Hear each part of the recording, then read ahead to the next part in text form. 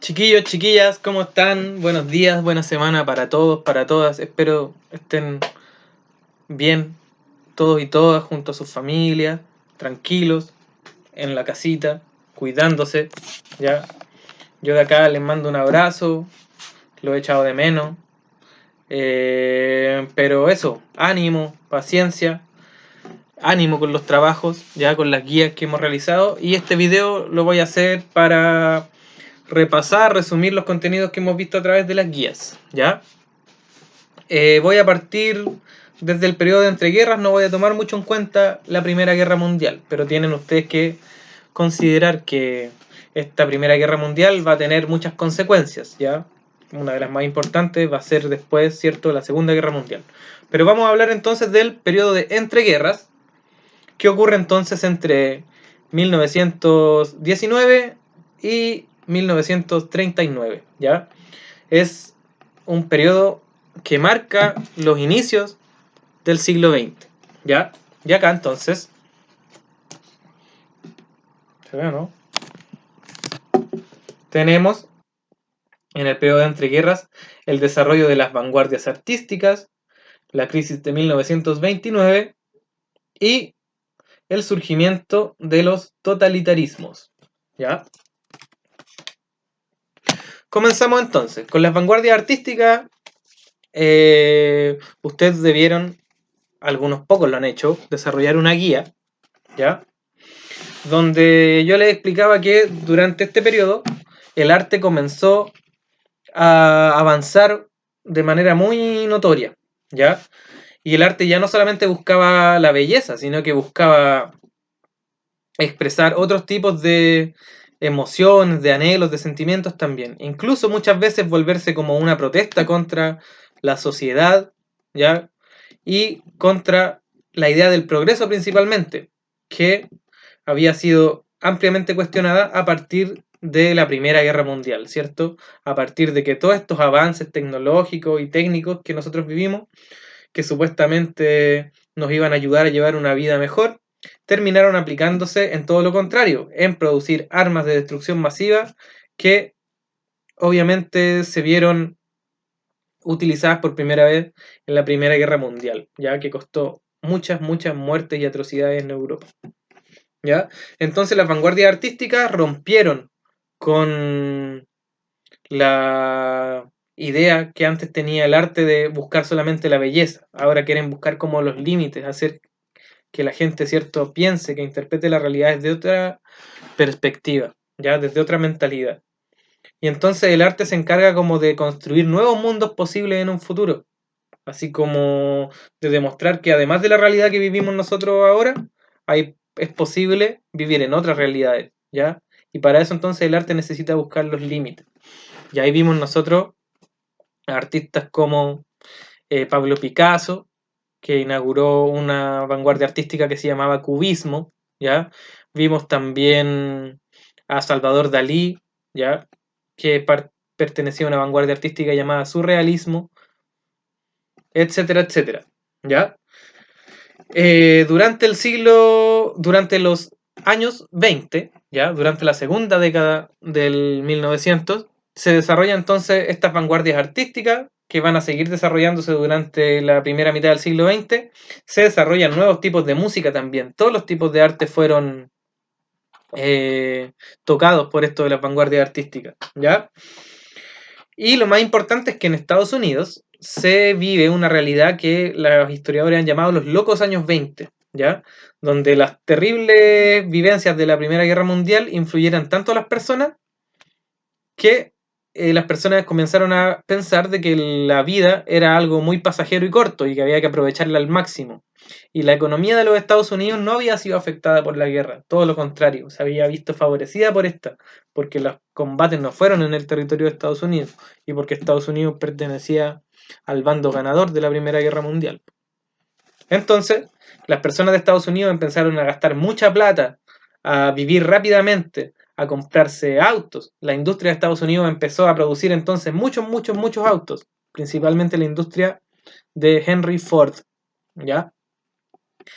Eh, las personas comenzaron a pedir créditos, ya empezaron a vivir de forma muy rápida. Y todo esto generó entonces que en 1929 estallara entonces esta crisis económica, ¿ya? Y esta crisis económica entonces estalló a partir de que el crecimiento económico de los Estados Unidos era más que nada en base a dinero que provenía de créditos, ¿ya? No a dinero real. Por lo tanto, entonces se formó algo que los economistas llaman burbuja financiera, ¿ya? Esta crisis afecta a los Estados Unidos, pero Estados Unidos es la principal economía del mundo. Todos los países del mundo tenían alguna relación con Estados Unidos prácticamente, alguna relación comercial. Por lo tanto, los países del mundo entero se ven afectados por esta crisis, ¿ya? A los efectos que entonces van a tener esta crisis se le va a llamar Gran Depresión y va a durar más o menos como hasta 1936, 1937, ¿ya? Esta crisis es una crisis del sistema capitalista, es una crisis del libre mercado, ¿ya? Y acá vamos a ver entonces un tema súper importante que es que hay un enfrentamiento entre ideologías. Durante el siglo XVIII y después XIX surgieron varias ideologías, que es un conjunto de ideas que quieren organizar el mundo y la sociedad según sus principios, ¿ya? Nosotros vivimos en un sistema cuya ideología es el liberalismo, ¿ya? Y el liberalismo plantea que el Estado no debe tener tanto poder, debe permitir la libertad de comercio y la libertad de individuo. Pero ese Estado debe asegurar, ¿cierto?, la protección de la propiedad privada. Lo que ocurrió en 1929 es que el Estado no se podía meter en la economía porque estaba funcionando bajo principios liberales, ¿ya? Para los liberales la economía se maneja prácticamente sola y los Estados no pueden meterse en esto. Entonces esta economía que se manejaba prácticamente sola se descontroló y entró en crisis, ¿ya? Y acá viene un conflicto entonces en que las personas, ¿ya?, de otros países comienzan a cuestionar esta ideología, el liberalismo y el sistema económico que generó, que es el capitalismo, ¿ya? ¿Qué otras ideologías existen? Por ejemplo, en el siglo XIX, un caballero que se llamaba Carlos Marx plantea las ideas del socialismo científico, ¿ya? Plantea que debe haber una sociedad en que los seres humanos vivan sin clases sociales, ¿ya? Y en esta sociedad entonces los trabajadores, para llegar a esta sociedad, los trabajadores deberían organizarse y arrebatarle el poder a la burguesía y quedarse con el poder del Estado. Y una vez estando en el Estado, los trabajadores van a empezar como a generar que la sociedad sea más igualitaria, hasta que finalmente muchos años más ese Estado ya no sea necesario incluso. El problema es que esta ideología todavía nunca se ha llevado a la práctica hasta este extremo, ¿ya? Los primeros que la llevaron a la práctica fueron los rusos, que hicieron una revolución en 1917 y se convierten entonces en el primer país socialista. Pero lamentablemente nunca llegaron a esa etapa que decía Marx de que no iban a haber clases sociales y que todos íbamos a vivir en una perfecta igualdad, ¿ya? De hecho, se convirtió su régimen en una verdadera dictadura, ¿ya? En lo que vamos a ver después, que es un totalitarismo, ¿ya? Acuérdense que es el tercer punto de esta mini clase, ¿ya? Entonces, Rusia, con un líder que ellos tenían, que se llamaba Vladimir Lenin, hicieron una revolución. Se rebelaron contra los zares, contra el zar, que era el rey o emperador de Rusia en esa época, y impusieron entonces un gobierno del pueblo, de los trabajadores y de los campesinos, ¿ya? El problema es que al final esos gobernantes del pueblo se fueron corrompiendo con el poder, ¿ya? Hasta que esto se transforma en una dictadura. Lenin tenía dos herederos, ¿ya? Uno se llamaba León Trotsky y el otro se llamaba Joseph Stalin. Una vez hecha la revolución y ya habiendo triunfado el pueblo ruso sobre los zares, Lenin muere, ¿ya? Y de los herederos, el que obtuvo el poder fue el peor o el más malintencionado, Joseph Stalin, ¿ya? Que expulsa al otro heredero, a León Trotsky, y establece, ¿cierto?, esta dictadura, este sistema totalitario, ¿ya? Este totalitarismo. Entonces vamos a ver que hay un enfrentamiento ideológico, ¿ya? Porque empezaba como a ser tentador para los demás pueblos del mundo estas ideas del socialismo, o también lo podemos llamar comunismo, ¿ya? Comenzaba a ser tentador en el sentido de que el capitalismo estaba en crisis y en Rusia se había propuesto, ¿cierto?, un nuevo sistema económico que hasta el momento les estaba funcionando, pero ellos no sabían que después se iba a transformar en una dictadura, ¿ya? Por otro lado, en Europa, principalmente en Alemania y en Italia, surgen ideas políticas de extrema derecha, ¿ya? Ahí esto es muy importante que se lo explique nuevamente. Las ideologías pueden ser de derecha o de izquierda, ¿ya? Esta derecha o izquierda responden a principios diferentes. Por ejemplo, en la izquierda, los principios principales son... ¿Principios principales? Está como mal dicho. Los valores principales serían la igualdad, ¿ya? El hecho de que yo tengo los mismos derechos que el otro y también deberíamos tener una igualdad económica, ¿ya? Y también la justicia, que haya justicia social, ¿ya? Cuando uno dice, oye, ¿por qué esa persona que trabaja 5 horas al día gana 6 millones de pesos y yo que trabajo 12 horas al día gano el sueldo mínimo? Eso entonces es un cuestionamiento que uno está haciendo buscando, ¿cierto?, el valor de la justicia social, ¿ya? Por otra parte, las ideas de derecha tienen otros valores, como por ejemplo el orden, la seguridad, la propiedad privada, ¿ya? Son valores completamente distintos. Entonces las ideologías pueden ser de izquierda o de derecha. En ideologías de izquierda vamos a dejar al socialismo, al comunismo, al anarquismo también, que no lo hemos visto, pero ya lo iremos a ver. Y entre ideologías de derecha vamos a dejar en la centro derecha la ideología liberal, pero hay otras ideologías de extrema derecha que van a surgir en Europa en estos años del siglo XX, que son los fascismos, ¿ya? Que como lo decimos antes, tienen como principal objetivo y valores el orden, ¿ya? La seguridad, que las sociedades sean todas ordenadas, que parezcan prácticamente un regimiento. Eh, los fascismos entonces surgen en Europa para frenar el avance de las ideas socialistas o comunistas, de las ideas de los trabajadores y de los campesinos que quieren unirse para derrotar, por así decirlo, a los ricos y establecer un gobierno, ¿cierto?, de trabajadores.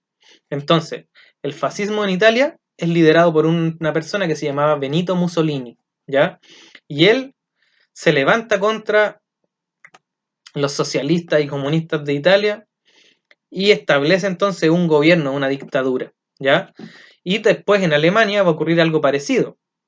Un ex militar llamado Adolfo Hitler, que participó en la Primera Guerra Mundial, va a llegar al poder y va a frenar entonces los intentos de los socialistas alemanes, ¿cierto? Estos dos entonces líderes, Benito Mussolini y Adolf Hitler, van a establecer otro sistema totalitarios, otros totalitarismos, ¿ya? O sea, otras dictaduras. ¿Cuáles son las características de los totalitarismos? Y acá me quiero detener y con esto terminamos, ¿ya? Los totalitarismos tienen un líder carismático, al que la gente de su propio país, por así decirlo, como que venera, lo encuentra así como un buen tipo, que tienen carisma, ¿ya? Pero al mismo tiempo la gente de otros países les teme, ¿ya? Entonces el líder carismático de Italia va a ser Benito Mussolini. El líder carismático de la Alemania nazi va a ser Adolf Hitler. Y el líder carismático de la Unión Soviética, la que antes era Rusia, va a ser Joseph Stalin, ¿ya? Esa es la primera característica de los totalitarismos, que tienen un líder carismático. Segunda característica es que son nacionalistas, que defienden así como lo propio, lo nacional, pero atacan y menosprecian a los extranjeros, ¿ya? Y eso no está nada bien. El hecho de atacar y menospreciar a las personas solo porque sean de otro país, ¿ya? Otras características de los totalitarismos es que el Estado controla prácticamente la totalidad de los aspectos de la vida. Por lo tanto, no hay privacidad, ¿ya? Uno si le manda una carta a un amigo, a un vecino, lo más probable es que un agente del Estado la lea antes de que le llegue al otro. ¿Ya? Uno está siempre espiado en un sistema totalitario. No hay libertades de pensamiento. ¿Ya? Son antidemocráticos. Tienen una sola ideología.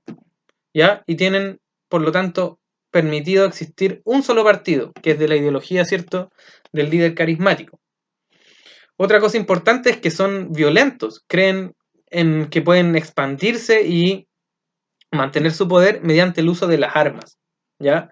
Entonces nosotros vamos a ver que todas estas características que vimos recién sobre la crisis de 1929 y sobre el surgimiento de estos totalitarismos, ¿ya? Van a ser una causa importantísima de la Segunda Guerra Mundial, en que estos dos totalitarismos de extrema derecha, el fascismo italiano y el fascismo alemán, que se va a llamar nazismo o nacionalsocialismo, van a ser los causantes de esta Segunda Guerra Mundial, ¿ya? Y van a estar unidos en esta guerra. Italia con Alemania y Japón van a conformar un bloque que se va a llamar el eje Berlín-Roma-Tokio, ¿ya? Mientras tanto, los del otro totalitarismo, ya de izquierda, que es la Unión Soviética, se van a unir con unos enemigos naturales suyos, con los Estados Unidos, ¿ya? Y con los ingleses y con los franceses para combatir a los fascistas y nazis, ¿ya? A Alemania, Italia y Japón. ¿Por qué entonces la Unión Soviética, que es socialista, con una ideología socialista, se va a unir con países como Alemania, o sea, con países como Francia, Inglaterra y Estados Unidos que son liberales? Porque a pesar de que son distintos, tienen un enemigo en común, que es más importante, ¿cierto? Que son estos totalitarismos de extrema derecha que conformados por Alemania, Italia y Japón. ¿Ya? Este enfrentamiento ideológico entre distintas ideologías va a ser la principal causa de la Segunda Guerra Mundial, que va a comenzar en 1939. ¿Ya? Espero, chiquillos, que el video les haya servido de alguna ayuda.